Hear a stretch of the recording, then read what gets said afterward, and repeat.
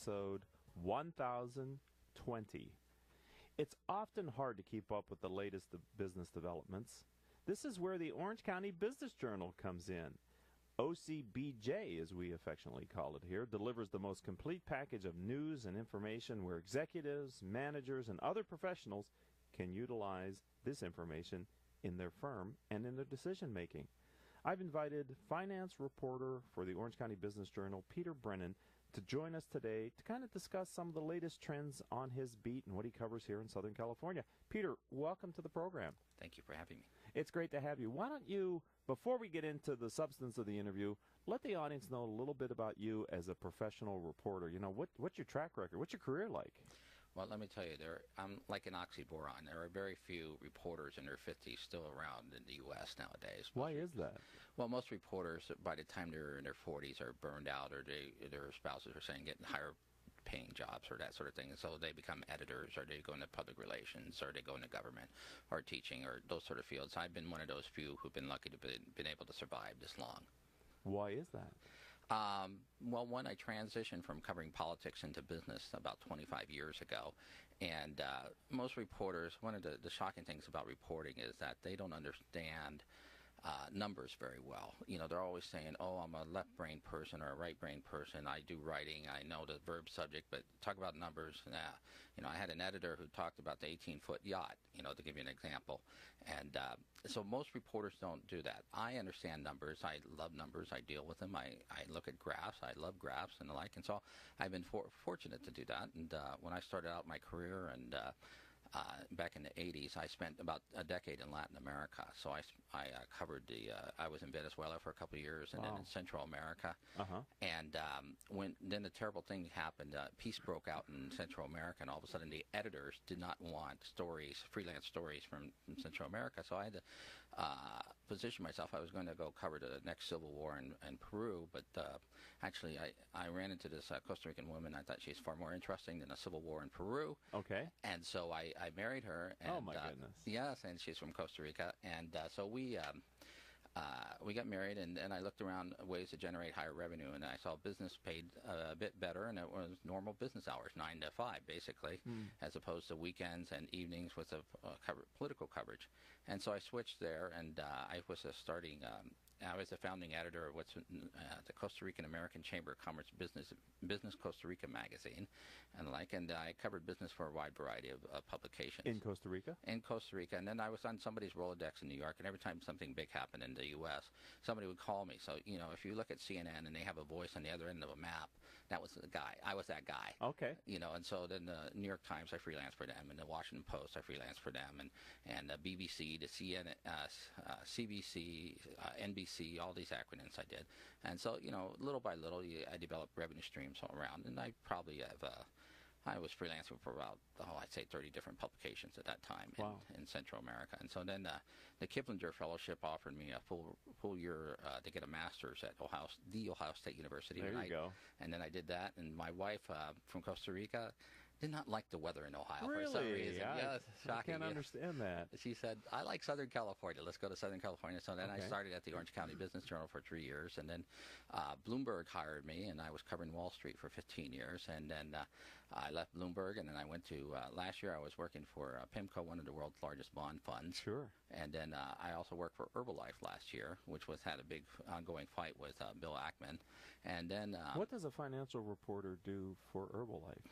I'll ghostwrite editorial pieces and freelance, or not freelance, but public relations articles, and those sort of things. You know, so I was between gigs, and my buddy who was at the Orange County Business Journal was the editor there. Said, "Why don't you come work for me for 3 months?" And so I came back for 3 months, and I had so much fun. We reached an agreement where they would, you know, where I'm on right now as a financial editor. Okay, so let's talk about the Orange County Business Journal. For those that are listening to the show either here on octalkradio.net, OC stands for Orange County, or maybe on iTunes or Stitcher in the future, who live in Southern California, you're probably familiar with the brand OCBJ. But maybe for our international audience, for the people outside of Southern California, they may not be familiar with this platform. Can you describe what Orange County Business Journal, what service does it provide here? It covers the business in the county of Orange. Orange County is a county of 3 million people located between Los Angeles and San Diego. It has an economy the size of Greece. So you can imagine a business publication covering Greece. That's what we are, but for a county here in Orange County, for a county here in Southern California. And so we cover everything that has to do with business. Our forte is real estate and health sector and technology, and that's where we're really good at. I'm building up the financial coverage, and so there's a lot of great financial stories here. There's PIMCO, which was one of the world's largest bond funds, which is based here. There's also a person called Rob Arnott, who developed what's called Smart Beta. It's a cross between investing in a passive index and an active investment, and so he's down there in Newport Beach as well. There's another guy called John Buckingham. He developed he writes this newsletter called Al Frank Asset Management, which has been called the single best newsletter in returns in the last 35 years, and he's based down here in Aliso Viejo, and so I interviewed him. So I'm talking to a lot of different executives of banks and financial firms and the like. So that's what we do. So you were mentioning, interesting. You were mentioning before. I didn't know that we had the economy the size of Greece. So noted. That's something I'm going to take that and put that into my pitch about Orange County. Feel free. Can I tell you a little story? Yeah. When I was in Costa Rica, I went to a surf spot. I'm a surfer, and there's a place called Pavones there, and I wrote about it. It says that it has a wave so long you can take a nap on it. And every travel writer after that has stolen that line from me and used it in their books. And I say to them, they're all my buddies. You can use it as long as you buy me a beer. There you go. All right. So Orange County, we have about 3 minutes left in this segment, but I'm wondering if you could tell us about the latest roundup you did for Orange County-based banks, maybe hit some of the highlights of what you saw. Certainly. It's interesting. The 5 biggest banks based here in Orange County, they all reported their second quarter earnings last week. 4 of the 5 reported increasing profits. So, increasing profits is always a good sign. And in the trading session the day after they reported, 3 of the 5 banks saw their stocks go up by at least 3%. So 2 of the banks are doing very well in the past year. That's First Foundation and Pacific Premier Bank. Their stocks have gone up about 50% in the past year. Opus Bank and Bank of California, their stocks have gone down in the past year because they each they had problems that related to bad loans, basically. Okay. And so they're trying to work their way out of it, and they probably will, most likely, and the like. So the banks that are based here in Orange County, for the most part, the second quarter was pretty good. Business owners and CEOs listen to this radio show, companies up to about $100 million, and I think most of them understand the importance of the relationship with their banker, and especially during challenging times, but also in good times, because that's how you fund your growth many times. But having a healthy bank as a partner is really important as well. So what have you seen relative to the overall health of the banking sector, the finance sector, since you've been covering it? I never knew their bankers could be such intriguing characters. Really? Yes. The CEOs here in the banking community are quite interesting. Can we hold on a second, Peter? We little listeners know that when they hear that sound, that means something important was just said, and if they weren't quite paying attention, go back about 30 seconds and hear what Peter Brennan said about bankers. But anyway, I didn't mean to interrupt you, but I had to get that in. Oh, well, that's quite all right. Okay. You have a fellow named Steven Sugarman, and he's the guy who decided to invest $100 million of Bank of California's money into this new soccer stadium next to the Rose Bowl in downtown LA, and so that that stadium will be named Bank of California. And now he had some unrelated problems. Well, there were a lot of questions about that, but he had some unrelated issues, and so he was forced out of in January, and so they brought in a new CEO, and so he's putting the hammer down, and he's they got rid of half their mortgage. They got rid of half their employees because they didn't want to be in the mortgage industry anymore. Okay, so they got out of a whole sector, and then the home mortgages, residential mortgages. So we were known for savings and loans. If you're old enough to remember the savings, I am.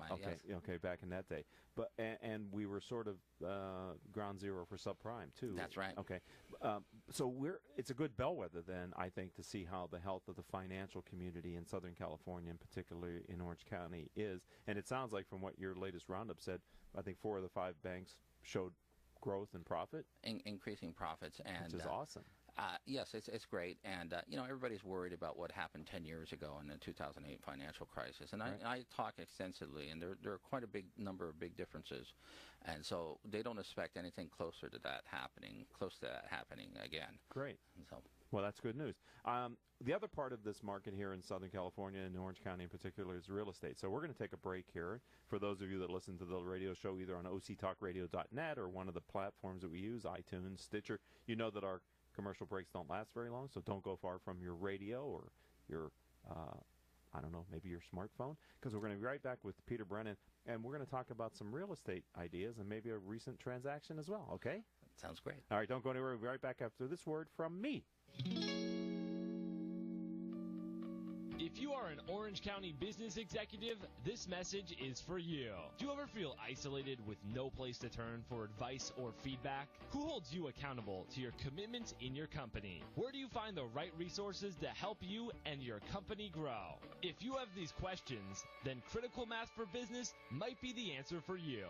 Critical Mass for Business is committed to helping you make better decisions. These are groups of peers running businesses just like you, providing a great sounding board to test ideas and concepts, review plan and goals, and present issues and opportunities for discussion. The result is improved strategy, accountability, people, and execution skills. If you are interested in learning more, go to www.criticalmassforbusiness.com and learn more about our executive peer group.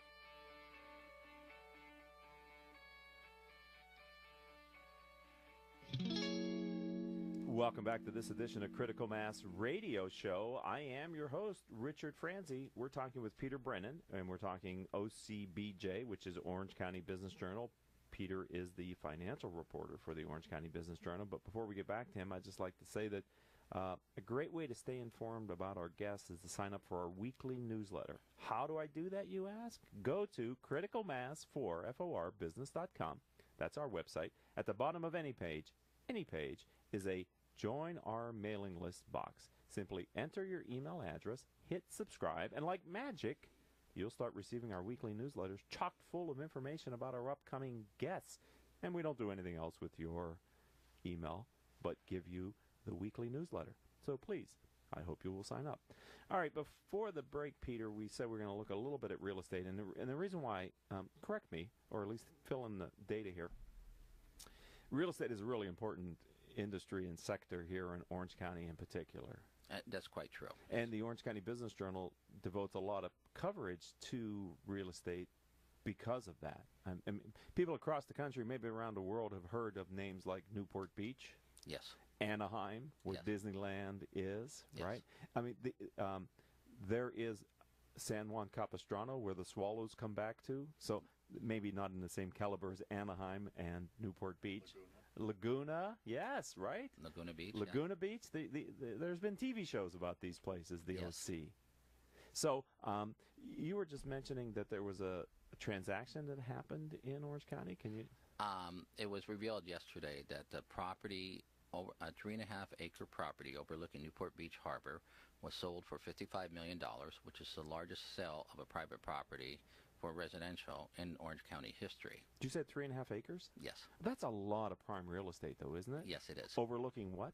Overlooking Newport Beach Harbor. How often does that come on the market? Very seldom. Right. So that's why it got such a top price. Right. And that didn't come with a dock either. There was no dock. No dock. No dock. But a view. A beautiful view of the entrance to Newport Beach Harbor. Right. And is that a residential area? I'm not familiar. Do you know? Yes, it is a residential area. Right now there are 2 houses on it, including one called the Big Blue House. It's literally painted blue. It was built in the 1930s, and it's about, what did I say, 4,000 square feet or something. And then the other house is built in the 1980s, about 7,000 square feet. So what would do you think somebody's buying that as an investment? Are they buying it as a residence? What would drive someone, other than it's a limited asset? Tear down. Well, the realtors told me there's no plans right now for a tear down. Okay. And so the buyers are private people. They didn't want to be named, and it turns out I was talking to one realtor, and she says the buyers are probably they're not famous, so you would not recognize them. Okay. And the like, and so I would imagine you buy it for one of two reasons. One, you don't really care what you have there. You just want to be there in that particular spot. Exactly. Or two, that much land too. Yeah, that much land, and or two, you're planning on building some condos there or something like that in the future. You know, high end. Okay. And stuff. It's I looked at a photo today of it, and it's just a very gorgeous spot. So. Yeah, right. And it's a limited resource, right? There's only so much coastline and view, and that's a very high popular area. So to be able it certainly is. You know, and in Newport Beach Harbor, you'll find a lot of rich people buying houses and lots and that sort of thing, and then either flipping them or keeping them on. Like Bill Gross, who's a multi-billionaire, has about 3 or 4 properties down there in that area, Lido Peninsula and Balboa Island, that area. Wow. And real estate in Orange County has really appreciated since the 90s.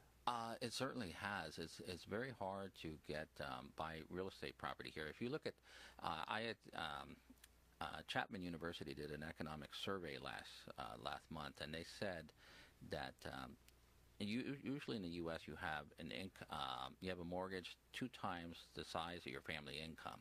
That's U.S. average. In California, it's about 5 times the size of your family income. In Orange County, it's 7 times the size of your family income.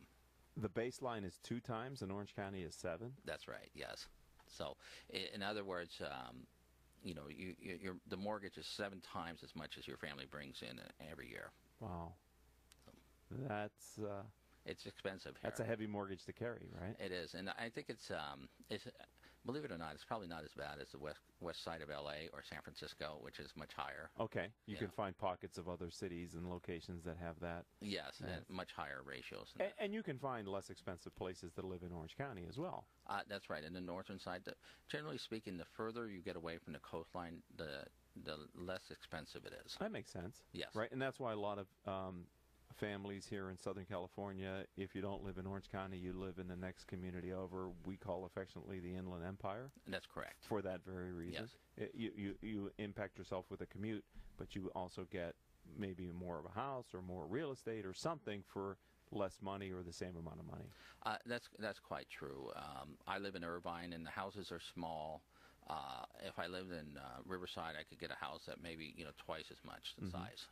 So and with the freeway investment, etc., it's a manageable commute. Although it's not ideal if you don't have to do it.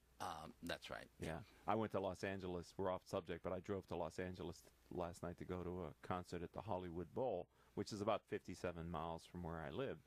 But they're hard miles at 4:30 in the afternoon. Oh, yes, it's almost a series of stops. You hit traffic and then it opens up for a little bit and you get excited only to hit another pocket of traffic to open up. It's just a series of rush hours all the way from Southern Orange County to LA County.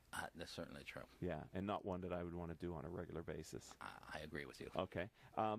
What do you see? What are you working on? What's coming up next in the Orange County Business Journal? Orange County Business Journal is a weekly newspaper. That's right. Right? And each week you're covering some story. So here it is Tuesday now, and so your deadline is when? When you have to have your stories in? Thursday. Thursday. So you got to be working on something interesting.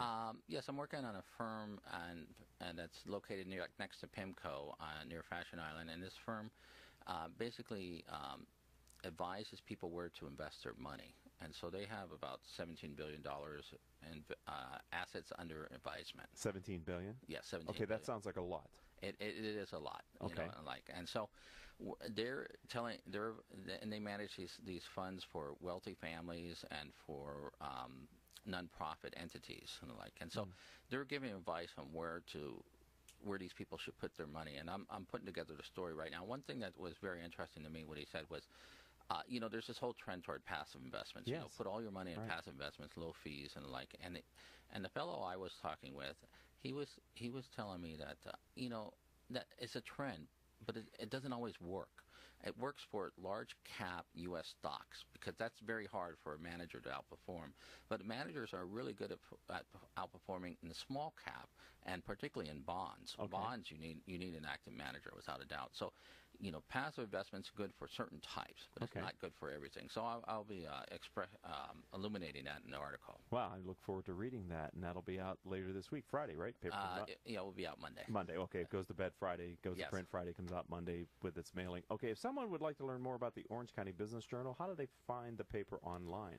OCBJ.com. Just that simple, huh? It's that simple. All right, Peter. Well, thank you for being a friend of the program and a part of the critical mass community. Earlier, actually last month in June, you came and you spoke to my members of the CEO peer groups about the Chapman Report. You were actually there sharing on the economic update. So appreciate having you around the community. It's nice to have a relationship with a professional reporter here in Southern California. Thank you very much. All right, I'm going to thank our engineer for today, none other than Paul Roberts, and our producers are Joan Park, Crystal Nunley, and Haley Stern. I'm your host, Richard Franzi. If you'd like to learn more about this radio show or the CEO peer groups that I lead, visit my company's website, criticalmass4, spelled F-O-R, business.com. You can find me on Twitter. I am CEO Peer Groups. You can also find me on Facebook. We have the Critical Mass for Business page. That is also our website, Critical Mass for Business. So that's where you find us on Facebook. I told you how to find me on Twitter. We have a YouTube channel. Very simple. Richard Franzi is our YouTube channel. Videos like the one of today with Peter, the interview, will be up there, as well as you can send me an email or contact me by just clicking on the contact page on my website at criticalmassforbusiness.com. And until our next show, I hope all of your business decisions will move your company in a positive direction.